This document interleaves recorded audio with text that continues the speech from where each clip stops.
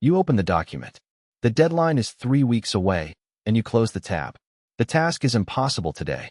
3 weeks from now, on the final night, you will do the whole thing in one sitting. Same task. Nothing about it changed except how far away the end was. You think that's pressure. It isn't. It never was. In 1932, a rat in a maze at Yale did exactly the same thing, for exactly the same reason. It has never had a job. It has never seen a deadline. Look at what your effort actually does across those 3 weeks. Week 1 produces nothing. Week 2 produces a folder, a title, an hour of reading that turns into no words at all. The last 2 nights produce everything. Draw that on a page, and you do not get a flat line with a spike on the end.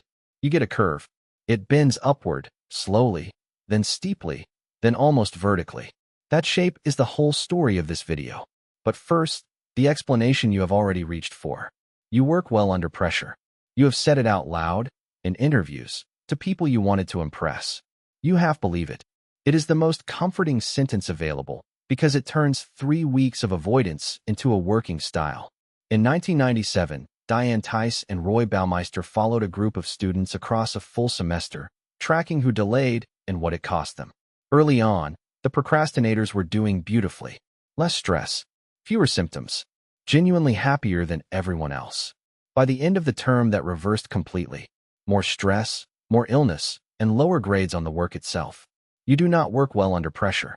You work at all under pressure. Those are different sentences. So what changed on the last night? Nothing about the task. Nothing about your ability. Nothing about how much you cared. The only thing that moved was distance. On day 1, finishing was an abstraction, something that happened to a future person you have never met. On the last night, finishing was 4 hours away and you could see it. Psychologists have a name for that. The goal gradient effect. In plain English, the closer you get to a reward, the harder you push toward it. Your effort is not set by how much you want the thing. It is set by how close the thing looks. You can call it the distance rule, and once you have seen it, you will not stop seeing it. It was described by Clark Hull, a psychologist at Yale, in 1932. He was asking a very simple question. How fast does an animal move toward food it cannot yet see? He ran rats through a maze to a box at the end, again and again, timing every segment of the run. The rats did not move at one steady speed.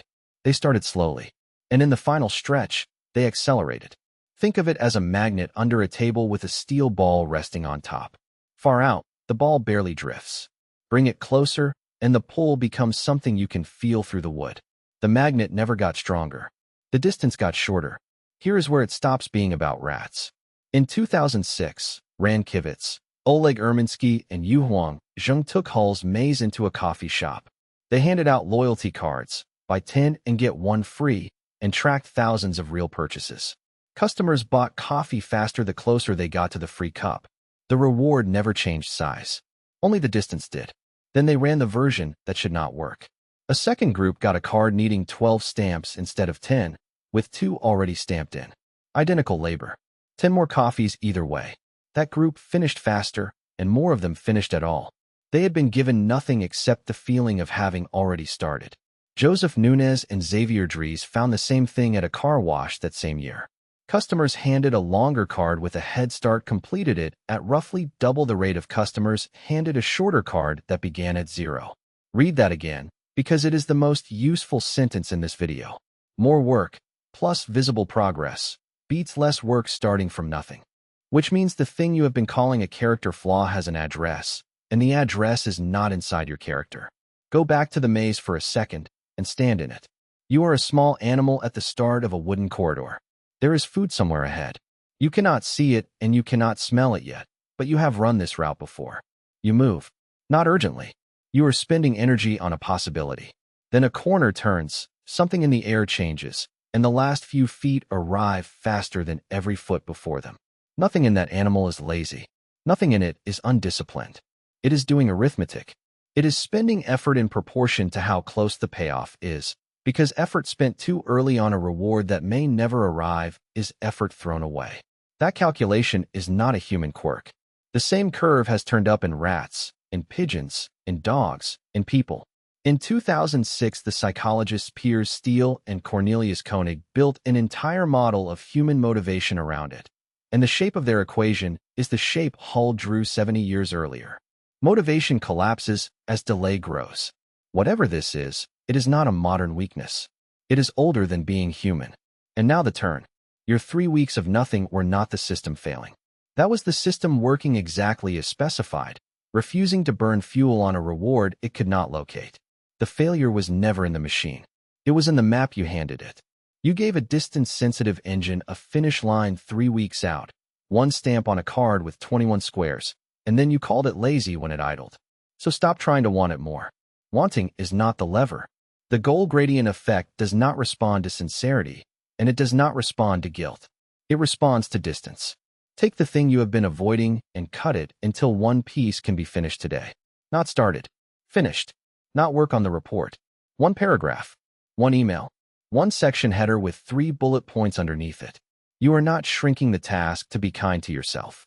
You are dragging a finish line inside the range where your brain will actually pull. Then make the progress visible, because that is the other half of what the coffee card was doing.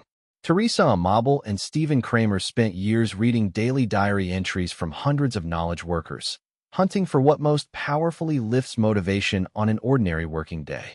It was not praise. It was not money. It was the sense of having made progress in meaningful work. Small wins, seen.